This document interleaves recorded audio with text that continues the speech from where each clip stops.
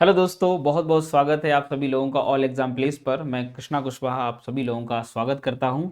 बेटा, आज का जो हमारा यूट्यूब वीडियो लेक्चर है, ये हमारी जो श्रृंखला चल रही है लगातार यूनिट वाइज, कौन से टॉपिक को पढ़ा जाए, कौन से टॉपिक को नहीं पढ़ा जाए, या कह सकते छोड़ सकते हैं। और एमपी सेट एग्ज़ाम जो 11 जनवरी को होने वाला है, उसमें आप इस एग्ज़ाम को क्लियर कर सकें, ज़्यादा से ज़्यादा इसमें आपको सहायता मिल सके, उसी से संबंधित 8वीं यूनिट का होने वाला है। अभी तक हमने 7 यूनिट को देखा है, आज हम 8वीं यूनिट की बात करने वाले हैं। 8वीं यूनिट जो ज्योग्राफिकल थॉट से संबंधित है, इसमें कौन से टॉपिक महत्वपूर्ण है, कौन से हमें पढ़ना चाहिए, कौन से नहीं पढ़ना चाहिए, इसके बारे में थोड़ा सा डिस्कशन करेंगे। और साथ ही साथ पीवाईक्यू को भी लगाएंगे, प्रीवियस ईयर सेट एग्जाम में कौन कौन से महत्वपूर्ण प्रश्न आए हैं उनकी अपन चर्चा करेंगे।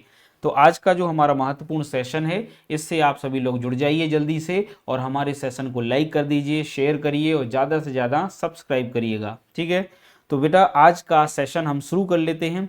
आप लोगों की जानकारी के लिए बता दूं कि हमारे एमपी सेट एग्जाम को हम टारगेट करते हुए 11 जनवरी को टारगेट करते हुए एक डेडिकेटेड बैच जो है हमारे ऑल एग्जाम प्लेस पर चल रहा है। आप चाहें तो मात्र 3,000 रुपये में इसको ज्वाइन कर सकते हैं। ठीक है, बहुत सारी फैसिलिटी इसके साथ आपको मिल जाएंगी। ठीक है, चलिए बात कर लेते हैं। सबसे पहले जो यूनिट नंबर 8 है हमारी, इस 8वीं यूनिट का सिलेबस क्या है। तो इस सिलेबस को अगर हम देखें थोड़ा सा, और इसमें इंपॉर्टेंट टॉपिक देखें कि कौन कौन से टॉपिक महत्वपूर्ण रहने वाले हैं, तो ज्योग्राफिकल थॉट से संबंधित ये यूनिट है। और इसमें महत्वपूर्ण कौन कौन से टॉपिक होंगे, तो इसमें आपको क्या क्या पढ़ना है। देखिए बेटा, इसमें आपको जो महत्वपूर्ण जो फिलोसफर, अगर बात है जोग्राफर हैं या उनके जोग्राफिकल योगदान हैं, उनको आपको बिल्कुल नहीं भूलना है। जिसमें आपको ग्रीक, रोम, अरब, चाइनीज छोड़ सकते हैं, और भारतीय भूगोलविद्ता। ठीक है, इनको तो पढ़ के जाना ही है। कौन कौन से पढ़ना है बेटा, आपको ग्रीक के पढ़ना है, अरब भूगोलविद्ता पढ़ना है, साथ ही साथ अगर बात करें रोमन भूगोलविद्ता के साथ साथ भारतीय भूगोलविद्ताओं को पढ़ना है। इनके योगदान को बहुत अच्छे से पढ़ना है। ये वाली यूनिट मैंने बहुत अच्छे से बच्चों को करा दी है।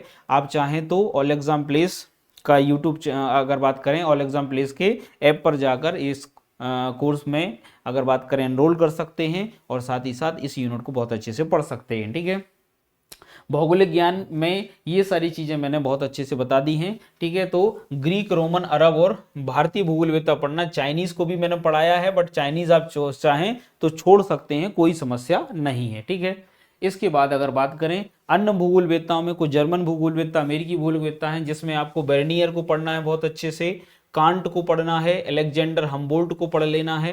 ठीक है, ये तो बिल्कुल नहीं छोड़ना है। इनमें से बहुत क्वेश्चन आते हैं। कार्ल रिटर आता है, शेफर के बारे में, और हार्टसोन, और शेफर और हार्टसोन का विवाद 1953 का बहुत ही इंपॉर्टेंट हो जाता है। यहाँ से बहुत सारे प्रश्न आते हैं, खासकर हार्टसोन और शेफर से प्रश्न आते हैं। कार्ल रिटर से, उनकी अगर बात करें हम, अर्धकुंडे से प्रश्न पूछे जाते हैं। तो आपको ये नहीं बोलना है, हम्बोल्ट को नहीं छोड़ना है। ठीक है, हम्बोल्ट, रिटर, हार्टसोन और शेफर के बारे में आपको पता होना चाहिए। इसके अलावा कोरोलॉजी में हेटनर और अगर बात करें कांट को भी अच्छे से पढ़ के जाइएगा, है ना।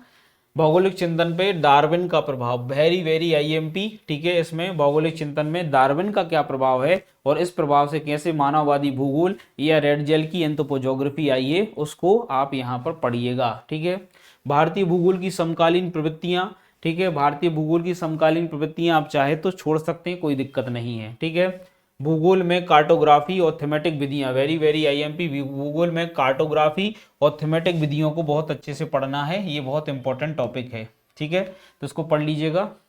प्रमुख भौगोलिक परंपराएं, प्रमुख भौगोलिक परंपरा में भूविज्ञान, मानव पर्यावरण अंतर संबंध। ठीक है, इसके अलावा क्षेत्रीय अध्ययन और स्थानीय विश्लेषण, ये बहुत ही महत्वपूर्ण टॉपिक है, इसको पढ़ना ही है आपको। भूविज्ञान पढ़ना है, मानव पर्यावरण अंतर संबंधों के बारे में। ठीक है, क्षेत्र अध्ययन और स्थानीय विश्लेषण। ठीक है, तो आपको रीजनल मतलब जो क्षेत्र स्थानीय विश्लेषण, या कह सकते हैं एरियल डिफरेंशिएशन और एरियल एनालिसिस के बारे में आपको पता होना चाहिए। ठीक है, और साथ ही साथ मानव पर्यावरण अंतर संबंध के बारे में, ये बहुत महत्वपूर्ण टॉपिक हैं, इनको नहीं छोड़ सकते हैं आप। वैसे तो ये पूरी यूनिट बहुत ही इंपॉर्टेंट है, इसमें छोड़ने वाला टॉपिक बहुत कम है, सभी के सभी टॉपिक बहुत महत्वपूर्ण हो जाते हैं। भौगोलिक अध्ययन में द्वैतवाद, वेरी वेरी आईएमपी में कहूँगा, यहाँ से तो लगातार प्रश्न पूछे जाते हैं और बड़े ही अच्छे प्रश्न बन जाते हैं। इसमें आपको भौतिक बनाम मानव भूगोल के बारे में पता होना चाहिए, प्रादेशिक बनाम व्यवस्थित भूगोल, निश्चयवाद बनाम संभववाद, गुणात्मक बनाम मात्रात्मक, स्वरूपी बनाम नियममेशी। तो ये आपको पता होना चाहिए। सारे के सारे द्वैतवाद या ड्यूलिज्म आपको बहुत अच्छे से पढ़ के जाने हैं। मैं कहूँगा कि इनको तो बिल्कुल नहीं छोड़ना है, ठीक है। फिर इसके बाद आपको पैराडाइम से प्रश्न पूछे जाएंगे। प्रतिमान विस्थापन, पैराडाइम के क्वेश्चन आएंगे, जो कि एक अलग से महत्वपूर्ण टॉपिक हो जाता है, जिसमें प्रत्यक्षवाद, व्यवहारिकवाद, संरचनावाद, नियमनवेशी उपागम और साथ ही साथ आधुनिकतावाद या उत्तराधुनिकतावाद। तो देखिएगा पूरी यूनिट बहुत महत्वपूर्ण हो जाती है, बहुत ही कम छोड़ने वाला टॉपिक है। सारी की सारे टॉपिक बहुत ही इंपॉर्टेंट है। मैं इसमें ये नहीं कह पाऊंगा कि आपको ज़्यादा छोड़ना है, भाई बहुत ज़्यादा पढ़ना है, कम ही छोड़ना है इसमें, ठीक है। क्योंकि हर एक टॉपिक से प्रश्न आने की पूरी संभावना है। छोटी सी यूनिट है, आप पढ़ने बैठोगे तो आप इसको अच्छे से पढ़ सकते हो, ठीक है। तो ज़्यादातर क्वेश्चन जो हैं लगभग सभी टॉपिक को कवर करते हुए आते हैं, इसलिए मैं कहूँगा कि ज़्यादा से ज़्यादा इस यूनिट का रिवीजन करना है। ज़्यादा से ज़्यादा क्या करना है, इसका रिवीजन करना है, क्योंकि यहाँ से भूल जाते हैं, ठीक है। तो ज़्यादा से ज़्यादा आपको रिवीजन करना है।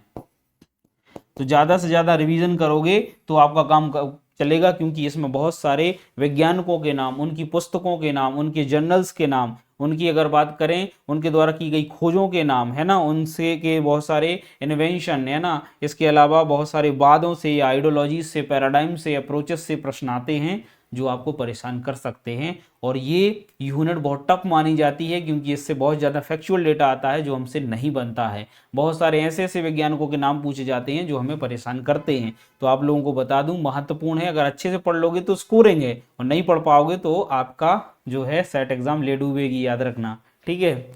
चलिए, अब इससे पूरी यूनिट में जो है आपको मतलब ज़्यादातर तो चीज़ें पढ़नी ही है, बार बार रिवीजन भी करना है, साथ ही साथ चीज़ों को इस प्रकार भी देखना है कि कुछ चीज़ों को अपने हिसाब से याद करने के लिए कुछ शॉर्ट ट्रिक भी बना सकते हो आप, लेकिन अब वो अपने अपने इंडिविजुअल है कि शॉर्ट ट्रिक क्या बनाओगे, ठीक है। तो ये यहाँ पर महत्वपूर्ण जो चीज़ें हो सकती हैं, महत्वपूर्ण इसमें से क्या क्या है वो मैंने आपको बता दिया है। आइए प्रीवियस ईयर एग्ज़ाम में यानी सेट एग्ज़ाम में किस तरीके के प्रश्न पूछे गए हैं उनकी भी बात कर लेते हैं। सबसे पहले देख लेते हैं पहला प्रश्न। पहला प्रश्न है, the author of the book civilization and climate. तो सिविलाइजेशन और क्लाइमेट पुस्तक के लेखक कौन है, ठीक है। सीधा पूछ लिया, मैंने कहा ना पुस्तकों से प्रश्न पूछे जाते हैं। तो सिविलाइजेशन और क्लाइमेट पुस्तक के लेखक कौन है, तो ये हार्टिंगटन की पुस्तक है, बड़ी ही फेमस पुस्तक है, प्रसिद्ध जलवायुवेत्ता हैं हार्टिंगटन साहब। तो हार्टिंगटन को नहीं भूलता, जर्मनी के प्रसिद्ध जलवायुवेत्ता हैं, इनकी ये पुस्तक है सिविलाइजेशन एंड क्लाइमेट, ठीक है। तो इसको नहीं भूलना है। अब आपने पढ़ा होगा तो आपसे बनेगा, नहीं पढ़ा होगा तो नहीं बनेगा। देखो, जलवायु और मानव सभ्यता से संबंधित ये पुस्तक है, तो आपको ये पता होना चाहिए। सीधे सीधे प्रश्न आते हैं, बहुत ज़्यादा दिमाग लगाने की जरूरत नहीं होती। याद है तो बनेगा, नहीं है तो कुछ दिमाग नहीं लगता फिर नहीं बनेगा, सीधी सी बात है। पृथ्वी की परिधि का मापन करने वाला प्रथम गणितज्ञ कौन था, तो पृथ्वी की परिधि का मापन किया था सबसे पहले एरिस्टोस्टेनीज ने, 24,000 मील बताई थी। सीधा सीधा प्रश्न कई बार पूछा गया, तो इसका आंसर सही हो जाएगा क्या बेटा, डी, एरिस्टोस्टेनीज ने 24,000 मील बताई थी, जो वर्तमान अगर बात करें पृथ्वी की परिधि के बहुत ही निकट है, इसलिए इनको भूगोल का पिता कहा जाता है, आधुनिक भूगोल का पिता कह दिया जाता है। एरिस्टोस्टेनीज ने इसको बताया है, ठीक है ना। नोमेन यंत्र से बताया है, ठीक है, बेबीलोनियन पद्धति से। जो नोमेन यंत्र है, पृथ्वी की छाया के आधार पर इन्होंने उसको बताया, मतलब सूर्य की छाया के आधार पर उसकी परिधि को निकाला था। अर्धकुंडी के कुल कितने खंड है, अर्धकुंडी कार्ल लेटर की पुस्तक है, और ये कितने खंडों में लिखी गई है, देखो खंड पूछ लिए जाते हैं। और मैंने बच्चों को जब पढ़ा रहा था तो मैं बताया था भैया अर्धकुंडी के बारे में सब कुछ पूछा जाता है, खंड कितनी, कुन कुन खंडों में क्या क्या बातें की गई हैं, है ना, कब लिखी गई अर्धकुंडी और अर्धकुंडी क्या बताती है, सारी बातें मैंने बताई हैं। तो 19 खंडों में छपी हुई है अर्धकुंडी, याद रखना। कितने खंडों में बेटा, 19 खंडों में लेटर की पुस्तक है, जो कि एक टेलीलॉजिकल अप्रोच को रखने वाले वैज्ञानिक माने जाते हैं। 19 खंडों में छपी है। अब इसके बाद है नेक्स्ट, मानचित्र पर समतापी रेखाओं का प्रथम चित्रण किसने किया है। मैंने ये प्रश्न के बारे में कई बार आपसे बोला है कि समताप रेखाओं के बारे में स्ट्रैबो ने भी कहा है, टॉलमी ने भी कहा है, लेकिन सबसे पहले किसने कहा है, तो समताप रेखाओं के बारे में, जो समताप रेखाओं का मानचित्र पर जो चित्रण किया है सबसे पहले अरब भूगोलवेत्ताओं ने तो किया ही था, लेकिन सबसे पहले हमबोल्ट ने किया है। तो यहाँ पर सबसे सही आंसर क्या आएगा बेटा, हमबोल्ट यहाँ पर आ जाएगा, ठीक है ना। अरब बोल गया, ग्रीक भूगोलवेत्ताओं ने तो किया है, लेकिन यहाँ पर जर्मन भूगोलवेत्ता में हमबोल्ट का नाम प्रसिद्ध रूप से आता है, ठीक है। चलिए, तो तो हमबोल्ट ने ही सबसे पहले समताप रेखाएं खींची थी। इसके बाद नेक्स्ट पुस्तक है the spirit and purpose of geography. पुस्तक किसके द्वारा लिखी गई है? तो ये तो बहुत ही फेमस ग्रंथ है, spirit of purpose of geography, ठीक है। इसको भूगोल की आत्मा भी कहा जाता है। ये बूल्ड्रिज और ईस्टन ने लिखी थी, तो बूल्ड्रिज और ईस्ट ने इसको लिखा हुआ है। तो बूल्ड्रिज और ईस्ट की ये पुस्तक है, इसको भूगोल की आत्मा भी कह देते हैं हम, ठीक है। तो भूगोल की आत्मा भी इसको कह देते हैं। ये बूल्ड्रिज और ईस्ट की पुस्तक थी। बहुत महत्वपूर्ण पुस्तक है, कई बार पूछा गया, रिपीटेड क्वेश्चन है। और ज्यादातर इस यूनिट से बहुत सारे प्रश्न रिपीटेड आते हैं, तो अगर आप प्रीवियस ईयर के क्वेश्चन लगा लो आप, है ना, और बहुत सारे एमसीक्यू लगा लो, तो आपसे ये यूनिट पूरी अच्छे से बन जाएगी। आधिकारिक रूप से नामित प्रथम भूगोल विभाग सन 1785 में किस देश में खोला गया था?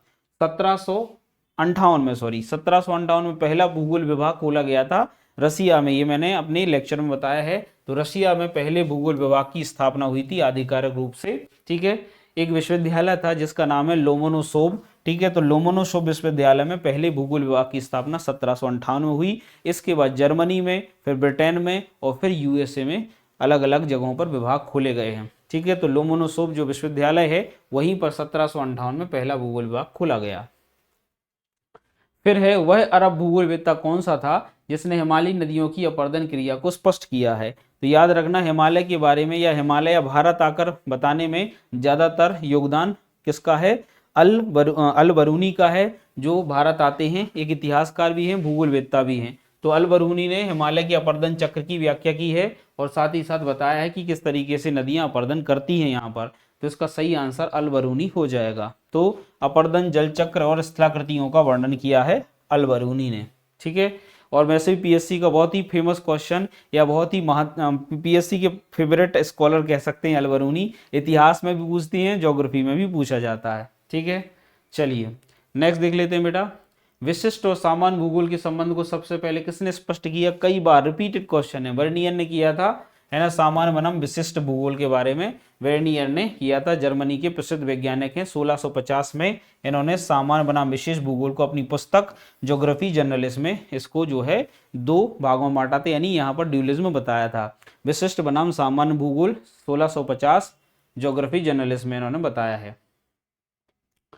प्रसिद्ध भूगोलवेत्ता जेम्स हटन ने यह कथन कहा कि ना तो प्रारंभ का कोई चिन्ह है ना ही अंत की कोई आशा है। ये कब कहा था? तो ये भी रिपीटेड है, ये 1788 में कहा था। ना तो प्रारंभ का कोई चिन्ह या निशान है, ना कोई अंत की आशा है। तो इस तरीके से ये कई बार पूछा गया है, रिपीटेड क्वेश्चन है बेटा, ठीक है। और ये बताता है कि किस तरीके से भौगोलिक स्थलाकृतियों का लगातार जो है क्या होता रहता है बेटा, लगातार विकास होता रहता है। इसी के बाद अगर बात करें डेविस का और पेंग के सिद्धांत आए, यानी भौतिक भूगोल को एक प्रकार से बल मिला था 1788 के बाद। होमर के अनुसार जेफरीज क्या है?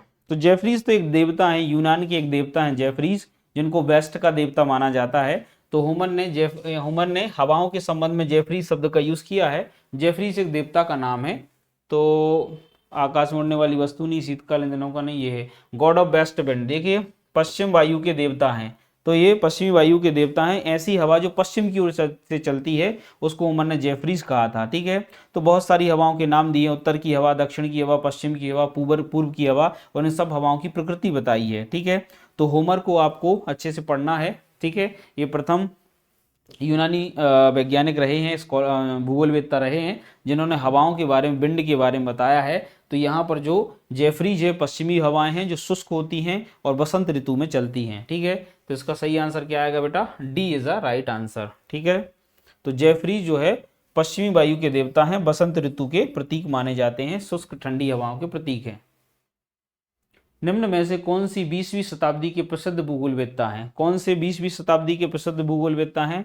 तो 20वीं शताब्दी के प्रसिद्ध भूगोलवेत्ता में रैकलस नहीं 19वीं के हैं, रेडजेल 19वीं के हैं, हेटनर भी 19वीं के हैं, हार्टसोन 20वीं के हैं, बिल्कुल सही है। यानी लगभग 1900 आप कह सकते हो 20 के बाद ही आए हैं। तो 20वीं शताब्दी के यही हैं, हार्टसोन साहब हैं। और हार्टसोन का एरियल डिफरेंशिएशन आपको नहीं भूलना चाहिए, ठीक है।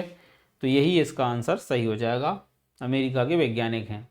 भूविस्तार यानी कोरोलॉजी की अवधारणा किसने दी थी? तो कोरोलॉजी की अवधारणा को कांट, हार्टसोन, हेटनर परंपरा कहते हैं। अब जहां पर ऐसा लिखा हो देख लो, हेटनर है, हाँ है, बिल्कुल है हेटनर। तो इसका सही आंसर हेटनर आएगा, क्योंकि इसको कांट, हेटनर हार्टसून परंपरा कहते हैं। कांट ने इसको शुरू किया, कोरोग्राफी शब्द दिया, कोरोलॉजी को हेटनर ने आगे बढ़ाया और फिर इसको एरियल डिफरेंशिएशन के रूप में हार्टसून ने आगे बढ़ाया था। तो इस तरीके से इसका सही आंसर हेटनर आएगा।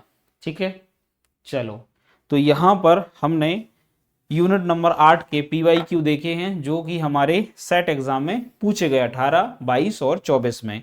आप लोग और भी क्वेश्चन लगा सकते हैं, लेकिन इससे ये समझ में आ गया है कि आपको क्या पढ़ना है क्या नहीं पढ़ना है। वैसे पूरी यूनिट बहुत महत्वपूर्ण है और इसमें आपके प्रीवियस ईयर के जो एग्जाम क्वेश्चन हैं वो बहुत महत्वपूर्ण हो जाते हैं। तो आप PYQ लगाइए, ज़्यादा से ज़्यादा MCQ लगाएंगे, ये यूनिट आपकी स्कोरिंग हो जाएगी, आपका सेट एग्जाम निकालने में महत्वपूर्ण भूमिका निभा सकती है। ठीक है बेटा, तो कैसा लगा ये सेशन? लाइक जरूर करें, शेयर करें, सब्सक्राइब करें। ठीक है, और साथ ही साथ चाहें तो हमारे इस बैच को ज्वाइन कर सकते हैं। बहुत ही मिनिमम फीस के साथ हमने ये बैच लॉन्च किया है, आप चाहें तो इसको ज्वाइन कर सकते हैं। ठीक है बेटा, तो थैंक यू वेरी मच। जय हिंद, नमस्कार।